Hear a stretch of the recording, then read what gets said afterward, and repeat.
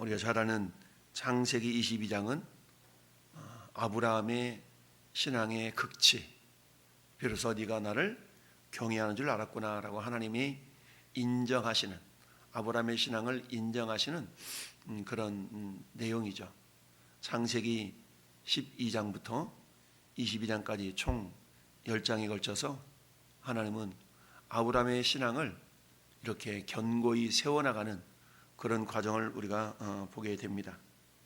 마치 예수님이 겟세마네 동산에 기도하시고 또 갈보리 십자가를 지고 이렇게 묵묵히 그 고난의 길을 걸어가셨던 그 모습, 이것은 흡사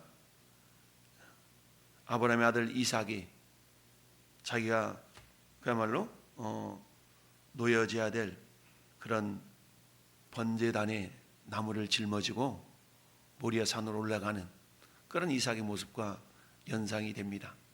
그래서 구약의 갈보리라고 우리가 표현할 수 있을 정도까지 오늘 본문이 그러한 내용인데요. 자, 그래서 오늘 본문을 통하여서 하나님께서 우리에게 깨닫기를 원하시는 것이 뭔가 뭐 많이 있겠지만 우리가 세 가지만 생각해 보면, 첫째로 1절에서 이렇게 시작하죠. 그 일 위에 하나님이 아브라함을 시험하시려고 그를 부르시되, 그랬죠. 아브라함을 시험하시려고, 즉 아브라함과 사라가 저 블레셋 땅 그랄 지역으로 잠깐 피신을 갔다가 거기서 한마터면 자기 부인 그말로 그 사례를 위험에 처할 뻔했던 그런 내용, 그런 내용을 거쳐서 이제 아브람과 아비멜렉이 언약을 맺는, 그래서 브엘세바의 언약이라고 말하죠. 그런 내용이 있은 다음에, 이런 의미죠.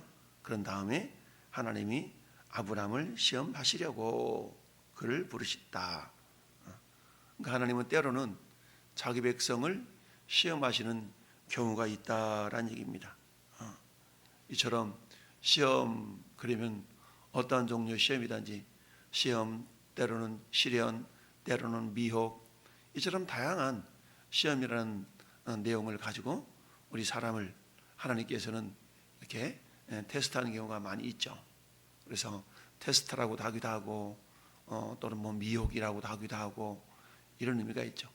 그러니까 하나님은 직접 하나님께서 우리를 시험하시기도 하지만 하나님은 사탄을 통해서도 우리에게 시험을 하도록 이렇게 허락하시는 경우가 많이 있습니다. 자, 그렇다면 시험의 목적은 뭔가요?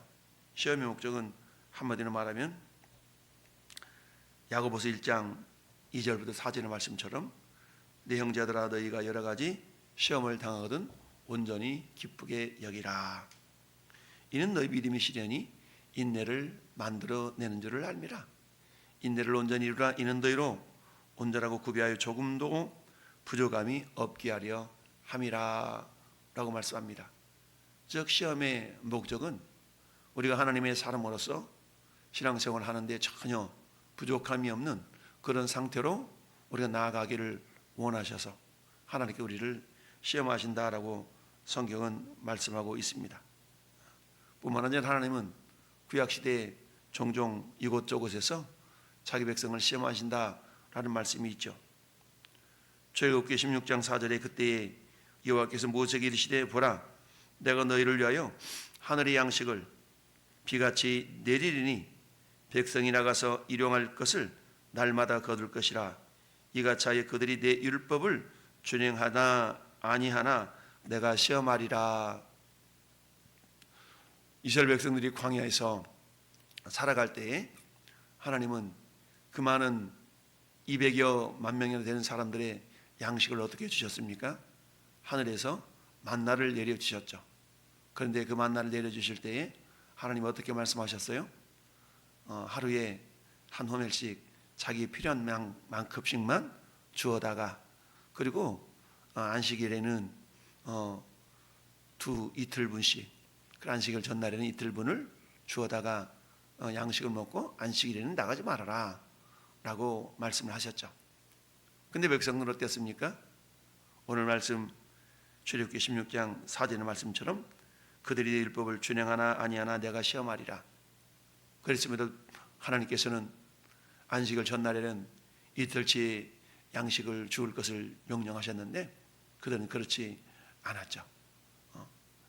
그래서 그걸 통하여서 하나님께 그들을 시험하시는 그런 장면이 나오고요. 신명기 8장 16절에도 네 조상들도 알지 못하는 만나를 광야에서 내게 먹이셨나니 이는 다 너를 낮추시며 너를 시험하사 마침내 내게 복을 주려 하심이었다라고 말씀합니다. 즉 하나님은 이스라엘 백성들에게 복을 주시기 원하시는데 하나님이 주시는 복이라는 것은 세상이 주는 것과 달라서 귀한 것이죠. 따라서 귀한 것, 즉 하나님이 주셨다라는 것을 깨닫도록 하시게 하여서 하나님은 때로는 시험하신다. 그래서 하나님 주신 귀한 것을 귀한 것으로 여기는지 그렇지 않은지를 우리 주님은 보기를 원하셨다라는 얘기입니다. 여러분 사도 베드로서 1장 6절 7절에 그렇게 말씀하시죠. 그러므로 너희가 이제 여러 가지 시험으로 말미암아 잠깐 근심하게 되지 않을 수 없으나 오히려 크게 기뻐하도다. 너희 믿음의 확실함은 불로 연단하여도 없어질 금보다 더 귀하여 예수 그리스도께서 나타나실 때에 칭찬과 영광과 존귀를 얻게 할 것이라 라고 이야기를 하고 있습니다. 즉 하나님이 자기 백성을 때로는 테스트, 시험하시는데 시험의 목적은 이처럼 하나님이 복을 주시기 위함이다. 그들이 믿음을 온전케 하기 위함이다. 다양한 말로 해석을 하죠. 이걸 통해 우리가 알 수 있는 것은 뭡니까?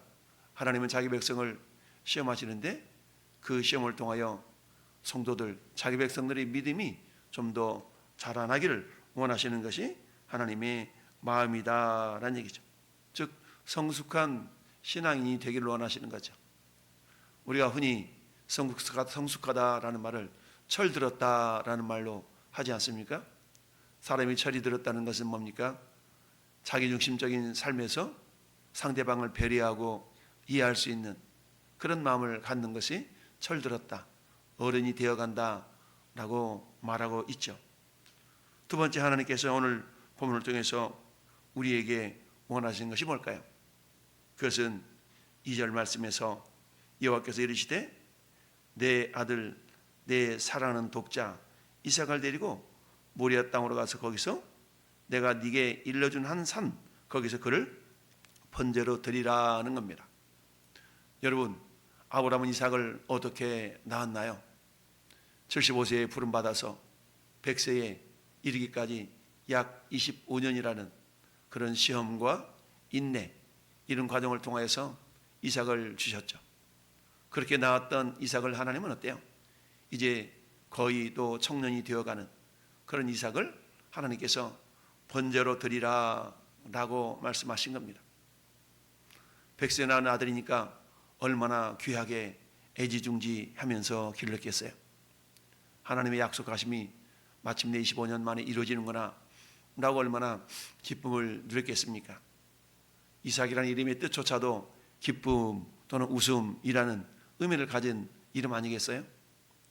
그런데 그 이삭을 번제로 드리라니요, 얼토당토 않는 그런 말씀을 하나님 하십니까? 라고 말할 수도 있지만, 그러나 아브라함은 어땠습니까? 아침 일찍 일어나서 하나님의 말씀에 순종한 것을 보게 됩니다. 이처럼 하나님은 우리 성도들에게 때로는 최상의 것을 요구하시는 경우가 있죠. 왜 그럴까요? 그것은 하나님께 당신의 독생자 예수 그리스도, 가장 귀한 아들 예수 그리스도를 우리를 위하여 내어주심으로 말미암아 우리 모든 죄짐을 다 짊어지시고 테텔레스타이 다 이뤘다 말씀하심처럼 우리 하나님은 당신의 가장 귀한 외아들 예수 그리스도를 우리에게 내어주셨기 때문에 응당 우리에게도 하나님은 가장 좋은 것을 원하시는 경우가 있다라는 얘기입니다. 이것은 다른 말로 말하면 하나님이 우리의 인생의 최고의 사랑의 대상이 되기를 원하신다라는 얘기죠. 그래서 출애굽한 이후에 시내산에서 주셨던 10계명의 1계명, 2계명이 다른 신을 내게 있게 하지 말아라. 우상을 만들거나 새기거나 그것에 절하지 말아라 라고 말씀하고 있죠. 즉 율법의 핵심을 우리는 10계명이라고 말하는데 10계명은 뭐예요? 대신계명, 대인계명. 그런데 그게 주제가 뭡니까? 사랑 아니겠습니까? 1계명부터 4계명까지를 대신계명, 다른 신을 잊지 말아라, 우상을 만들지도 새기지도 절하지도 말아라, 여호와 이름을 망령되이 걷지 말아라, 안식일을 기억하여 거룩히 지키라. 이 네 가지 계명은 하나님을 향한 사랑의 표현인 것이죠. 더불어서 어때요? 이제 5번째 계명부터 10번째 계명까지는 이웃을 향한 사랑의 계명. 내 부모를 공경하라, 살인하지 말라, 간음하지 말라, 도적질하지 말라, 거짓 증거하지 말라, 이웃의 물건을 탐내지 말아라. 결국 뭡니까? 이것은 이웃을 사랑하는 자라야만이 나타날 수 있는 삶의 모습인 것이죠. 하나님께서 이처럼 아브라함에게서 가장 귀하게 여김받고 있던 이삭을 번제로 드리라 라는 그 명령은 어찌 보면 굉장히 감당하기 어려운 그런 하나님의 명령이요 요구였다라고 말할 수가 있습니다. 우리도 그렇지 않습니까? 내가 가장 귀하게 여기는 이것만큼은 안 돼, 이것만큼은 안 돼 라는 것이 있을 수 있죠. 근데 하나님은 그것을 우리에게 요구하시는 경우가 있다라는 얘기죠. 그것은 뭡니까? 하나님이 우리에게 귀한 것을 요구하실 때는 그저 요구하시는 것이 아니라 우리에게 하나님 당신의 가장 귀한 것을 주시기 위함이요 또한 주셨기 때문이다 라고 우리가 이해할 수가 있죠. 자, 그렇습니다. 우리 주님은 마태복음 22장에서 율법사들이 예수님을 시험하게 해서 질문한 질문의 내용, 어떤 계명이 가장 크냐라는 질문 앞에서 주님이 대답은 무엇입니까? 마음을 다해 뜻을 다하여 내 힘을 다하여 주 너희 하나님을 사랑하라. 이것이 첫째 되는 계명이요 둘째도 그와 같으니 내 이웃을 내 몸과 같이 사랑하라. 하나님 사랑과 이웃 사랑, 이처럼 하나님을 사랑할 것이 가장 큰 계명인 것을 말씀하고 있습니다. 아브라함에게 있어 가장 소중한 것이 이삭이었는데 그 이삭을 번제로 드리라라는 하나님의 명령에 있어서 세 번째, 오늘 본문을 통해 우리에게 깨닫기를 원하시는 것이 뭡니까? 아브라함의 순종, 즉 성도 된 자의 최고의 미덕은 순종이다 라고 말할 수가 있죠. 우리가 지난 주일 오후 예배 때 살펴봤던 것처럼 순종은 곧 믿음이다. 믿음과 순종은 동전의 양면과 같아서 떼어내올래야 떼어놓을 수가 없다. 즉 믿음이 있다면 순종하게 된다라는 거 아니겠습니까? 따라서 오늘 하나님이 아브라함에게 네 아들 네 독자 가장 귀한 가장 소중하게 여기고 있던 이삭을 번제로 드리라고 했을 때 아브라함의 반응이 어땠다고 그랬습니까? 3절 말씀 보니까 아브라함이 아침에 일찍 일어나 나귀 한 장을 지우고 두 종과 그의 아들 이삭을 데리고 번제 쓸 나무를 쪼개어 가지고 떠나 하나님이 자기에게 일러주신 곳으로 가더니 한 걸음 두 걸음 세 걸음 하루 이틀 사흘 길을 걸어서 마침내 하나님의 약속의 땅까지 도착한 아브라함. 이제는 어떻습니까? 두 종들을 이렇게 내어놓고 이렇게 얘기합니다. 아브라함이 종들에게 이르되 너희는 나귀와 함께 여기서 기다리라. 내가 아이와 함께 저기 가서 예배하고 우리가 너희에게로 돌아오리라 라고 말하고 있습니다. 여러분, 분명 이삭에는 아브라함의 손에 의해서 번제로 드려져야 될 그런 신세인 것이죠. 그럼에도 불구하고 아브라함은 종들에게 뭐라고 말씀하세요? 우리가 가서 예배하고 남아놓게 이렇게 말하지 아니하고 나와 우리 아들 이삭이 함께 갔다가 예배하고 함께 올게 라고 말하고 있는 것을 봅니다. 우리는 이 고백 속에서 히브리서 기자의 해석처럼 우리가 부활신앙이라 라고 말하고 있죠. 아브라함은 시험을 받을 때에 믿음으로 이삭을 드렸으니 그는 약속들을 받은 자로 돼 그 외아들을 드렸느니라. 그에게 이미 말씀하시기를 네 자손이라 칭할 자는 이삭으로 말미암음이라 했으니 그가 하나님이 능히 이삭을 죽은 자 가운데서 다시 살리실 줄을 생각한지라. 비유컨대 그를 죽은 자 가운데서 돌아받은 것이다 라고 말씀합니다.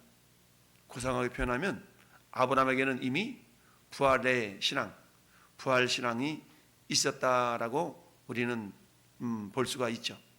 이점 히브리 기자는 이처럼 아브라함이 이삭을 번제로 드릴 수 있는 그런 순종의 모습은 그에게 부활의 신앙이 있었기 때문에 그렇다라고 해석을 하고 있죠. 그렇다면 어떻게 아브라함이 그렇게 부활 신앙을 가질 수가 있었을까요? 그것은 그 자신의 삶을 이렇게 돌아보니까 하나님은 유에서 물을 창조하신 창조주 아니겠습니까? 사라의 태가 다쳐서 경수가 끊어져서 생리가 끊어져서 자식을 낳을 수 없는 그런 상황이었음에도 불구하고 하나님은 그 사라를 통해서 이삭을 주신 것은 뭡니까? 무에서 유를 창조하신 전능자의 손길 아니겠습니까? 창세기 17장 1절에 너는 행하여 완전하라. 내 앞에서 행하여 완전하라. 나는 전능하신 하나님이라 라고 말씀하고 있죠. 전능하신 하나님은 위에서 물을 창조해 주시는 전능자요. 아무리 인간의 환경 상황이 아이를 낳을 수 없는 그런 상황이라 할지라도 하나님의 손길은 어때요? 위에서 유를 즉 죽은 것에서 생명을 이끌어낼 수 있는 부활의 능력이 있는 주님인 것을 그에게 보여주셨던 겁니다.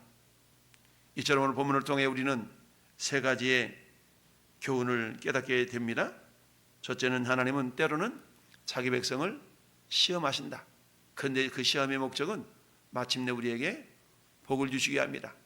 즉 믿음이 견고한 상태, 우리의 믿음의 수준이 장성해 가기를 원하시는 하나님의 마음이다. 둘째는 우리 하나님 우리에게 최상의 것을 요구하신다. 그것은 우리에게 이미 당신의 독생자 예수 그리스도를 우리에게 주셨기 때문이기도 하고 우리에게 또 다른 최상의 것들을 주시기 위해서 먼저 우리가 그런 주님의 최상의 것을 담을 수 있는 그릇이 되기를 원하시기 때문이다. 셋째, 순종이라는 것은 결국 성도들이 가질 수 있는 최고의 미덕이다 라고 말할 수가 있습니다. 하나님은 사울왕에게 순종이 제사보다 낫고 듣는 것이 순양의 기름보다 낫다 라고 말씀한 적이 있습니다.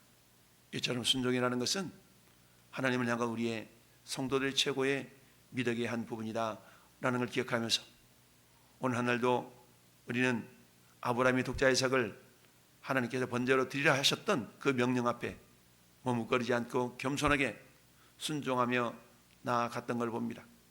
그 결과로 우리가 잘 아는 것처럼 이제야 네가 나를 경외하는 줄 알았노라고 주님의 칭찬과 영광과 존귀가 그에게 나타났던 것처럼 오늘 하도 우리가 순종함으로 하나님의 큰 영광, 더 나아가서 악한 마귀 사단의 시험, 유혹, 이 모든 것들을 우리가 부활신앙으로 죽어도 다시 사는 부활신앙으로 승리해 낼 수 있기를 예수님의 이름으로 축원합니다.